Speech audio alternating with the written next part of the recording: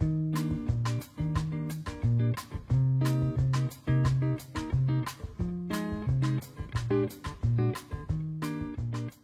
Morena, I am truly honored to be your Modernista for International Coffee Day. It is my pleasure to talk about coffee and the amazing power that it has as an agent of change. From the seed to the cup, coffee is never just coffee that we drink, but it is an amazing vehicle and it's an amazing tool to change lives, to talk about lives, and also for us ourselves and how we can use that for mindfulness practice as well to take a little bit of a few minutes to enjoy life and enjoy the practice of making it before we go out to the world. Nama saya Mikael Jasin, saya 2024 World Barista Champion dan udah di industri kopi sekitar 12 tahunan. Jadi dari dulu tahun 2012 waktu mulai dari bahkan bukan barista ya, cuci piring gitu. Akhirnya jadi barista dan head barista dan kerja di coffee chain, lalu punya bisnis kopi banyak macam-macam. Itu udah ngerasain dari hulu sampai hilir. Awalnya sebenarnya karena butuh kerjaan. Waktu kuliah butuh kerjaan part time. Aku tuh suka bikin sesuatu pakai tangan gitu kan. Gak cuman kopi doang, tapi masak apa gitu tuh suka bikin sesuatu pakai tangan. Masih belum tahu waktu itu mau kerja apa yang secara karir gitu ya. Jadi ngambil S2 marketing. Tapi throughout tuh masih kerja di kopi. Setelah lulus kuliah S2 itu baru yakin, oh kayaknya emang mau di kopi nih. Challenge di kopi lumayan banyak gitu ya. Tergantung dari segi mana. Secara holistik dari seed sampai cup. Secara raw material, challenge-nya biasanya adalah untuk menjaga konsistensi dan quality kopi secara raw materialnya dari tahun ke tahun gitu ya. Karena produk alami sangat bergantung dengan iklim, sangat bergantung dengan orang-orang yang mengkultivasi si kopi itu di perkebunan atau proses pasca panennya. Dari segi roasting dan brewing-nya juga ada di mana kita mau menjaga satu karakteristik kopi itu sendiri. Jadi misalnya karakteristik kopi A dari daerah A akan berbeda dengan karakteristik kopi dari daerah B. Gimana caranya kita nggak cuman terkekang oleh karakter ini, tapi bisa bawa dia ke next level gitu. Karena ini challenge yang akhirnya kepakailah si ilmu psikologi dan marketing itu, apakah dari segi story-nya, apakah dari segi gimana caranya buat orang bisa mengappreciate ini. Nggak cuma dari story, tapi dari psychological cues, misalnya harus breathing teknik, apa harus visualization sebentar, apakah itu dia dari segi, oh kalau secara psikologis ternyata cup warna pink, rasa kopi lebih manis dibanding cup warna biru gitu. Itu ada juga yang semacam kecil-kecil gitu untuk menambahkan apresiasi kopi. Yang dimaksud agen perubahan itu, si agennya ini kan banyak pemangku kepentingannya gitu. Yang bisa jadi agen itu bisa orangnya atau kopinya sendiri yang menjadi agen untuk merubah hidup orang-orang yang disentuh oleh kopi itu gitu ya. Maksudnya yang kopi itu diminum oleh seseorang atau kelompok orang, mereka hidupnya berubah. Kalau kompetitif barista deh yang tadinya bukan baru mulai kompetisi terus jadi world champion, hidupnya berubah gitu kan. Atau petani yang beneran livelihood-nya tergantung dari si kopi itu.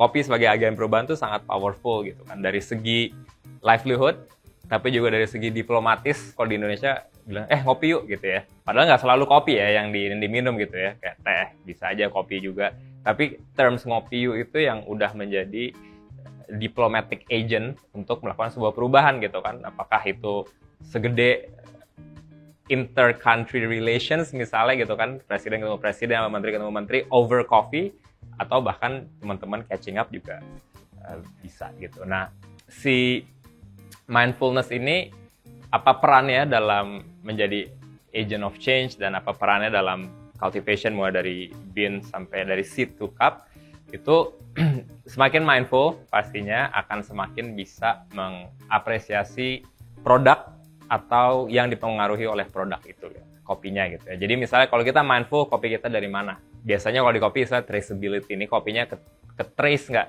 bisa dijejaki nggak dia awalnya dari mana gitu kan. Karena semakin traceable, semakin bisa dijejaki, itu biasanya kopi itu di sourcing secara lebih ethical.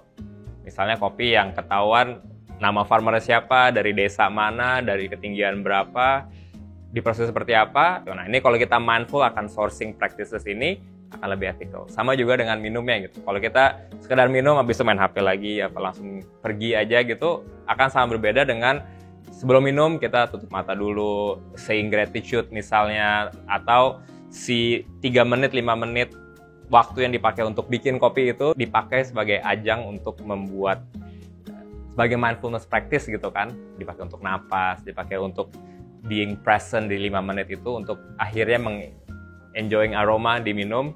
Itu sangat berbeda dengan yang cuma sekedar minum ditinggal gitu. Nah, jadi mindfulness itu lumayan berperan penting nih untuk mengapresiasi minumannya yang kalau tadi kita balik lagi ke poin awal, minuman ini adalah agent of change.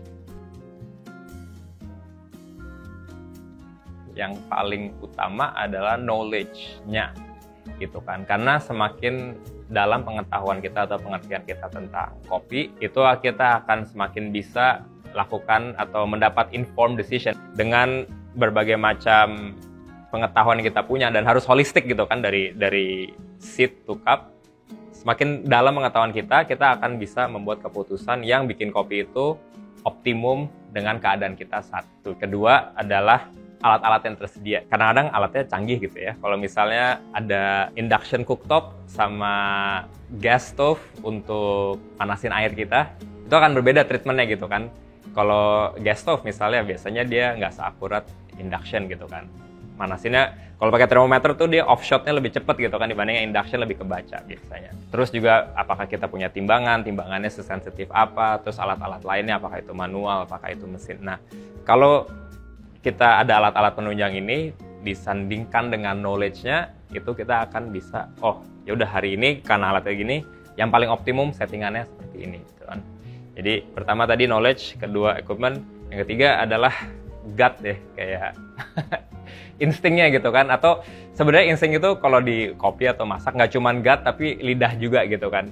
Kita nggak cuma cukup tahu doang, kita nggak cuma punya equipment yang paling canggih doang, tapi kalau lidahnya lari-lari juga ya percuma gitu kan. A lot of it comes from the heart gitu, a lot of it comes from the gut yang kayak ya kalau enak gitu kan. Jadi waktu World Barista Championship itu kita harus bikin 3 courses gitu kan. Jadi ada espresso, ada milk base, sama signature beverage gitu. Nah kalau espresso ya air sama kopi, milk beverage, kopi susu yang panas gitu, tapi susunya boleh campur-campur sama signature beverage.